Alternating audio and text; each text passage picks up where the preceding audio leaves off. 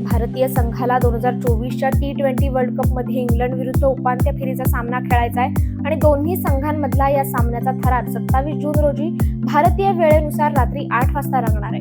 भारतीय संघ आतापर्यंत अजिंक्य राहिला असून एकही सामना गमावलेला नाहीये. मात्र सेमीफायनल मॅच मध्येही टीम इंडियाला हा ट्रेंड कायम ठेवायचा आहे आणि त्यामुळे भारतीय संघाच्या प्लेइंग 11 मध्येही मोठा बदल पाहायला मिळू शकतो. आशिया क्रिकेट काउन्सिलने काल मोठी घोषणा केली. आगामी महिला आशिया कप 2024 स्पर्धेचे वेळापत्रक काल जाहीर झाले असून यंदा देखील ही स्पर्धा T20 प्रकारात खेळली जाणार आहे. महिला आशिया कप 2024 स्पर्धा श्रीलंकेत आयोजित केली जाणार असून डंबुला मध्ये सामने खेळले जाणार आहेत. मात्र 19 जुलै रोजी स्पर्धेला सुरुवात होईल तर 28 जुलै रोजी अंतिम सामना होणार आहे आणि उपांत्य सामने 26 जुलै रोजी होणार आहेत. गेली 15 वर्ष ऑस्ट्रेलियासाठी कसोटी, एकदिवसीय व T20 अशा तीनही प्रकारात उल्लेखनीय कामगिरी करणारा डेव्हिड वॉर्नर याने सोमवारी रात्री आंतरराष्ट्रीय क्रिकेटला अलविदा केला. मात्र भारतीय संघाने ऑस्ट्रेलियावर विजय मिळवला आणि अफगाणिस्तानने काल बांगलादेशला पराभूत केले. त्यामुळे ऑस्ट्रेलियाचे T20 विश्वकरंडकातील आवाहन सुपर 8 फेरीतच संपुष्टात आले आणि त्यामुळे डेव्हिड वॉर्नरच्या कारकिर्दीचा शेवट कडू झाला. बदली खेळाडू मातिया झाक्कानी इटलीचा तारणहार ठरला.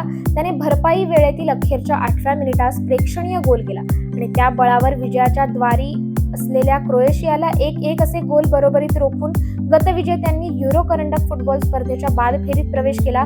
मात्र क्रोएशिया विरुद्धच्या बरोबरीमुळे इटलीची गुणसंख्या 4 झाली व त्यांना गटात दुसरा क्रमांक मिळाला आणि पहिले दोन्ही संघ बाद फेरीत दाखल झाले. अफगाणिस्तानने बांगलादेश विरुद्ध 8 धावांनी विजय मिळवत उपांत्य फेरीत धडक मारली. मात्र अफगाणिस्तानचा संघ T20 वर्ल्ड कपच्या उपांत्य फेरीत पोहोचण्याची ही पहिलीच वेळ आहे. आता उपांत्य फेरीत अफगाणिस्तानला दक्षिण आफ्रिकेचा सामना करावा लागणार आहे आणि या सामन्यापूर्वी अफगाणिस्तानच्या अडचणी वाढल्यात. कारण बांगलादेशच्या डावात गुरबाजला नवीन उल हकचा चेंडू गुडघ्याला लागला आणि त्यामुळे संघाचा स्टार फलंदाज रहमान उल्ला गुरबाज जखमी झालाय.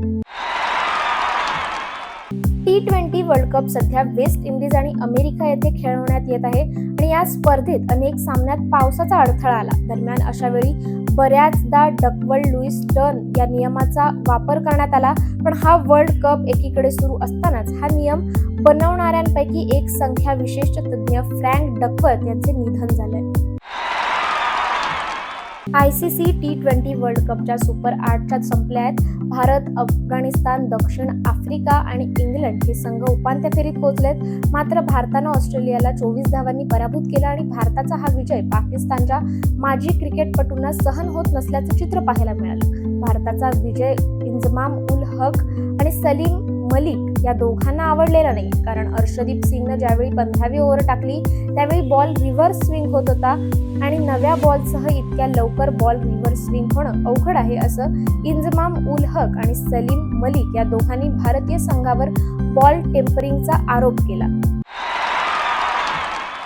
ICCने आज ताजी T20 क्रमवारी जाहीर केली आणि या ताज्या क्रमवारीनुसार आता फलंदाजांच्या यादीत अव्वल क्रमांकावर ऑस्ट्रेलियाचा ट्रेव्हिस हेड आलाय. कारण त्यानं भारताच्या सूर्यकुमार यादवला मागे टाकलंय. इंग्लंडचा फिल सॉल्ट, पाकिस्तानचा बाबर आझम आणि मोहम्मद रिजवान यांचंही नुकसान झालंय. मात्र ट्रेव्हिस हेडचे रेटिंग 844 आहे तर सूर्यकुमार यादवचे 842 रेटिंग आहे.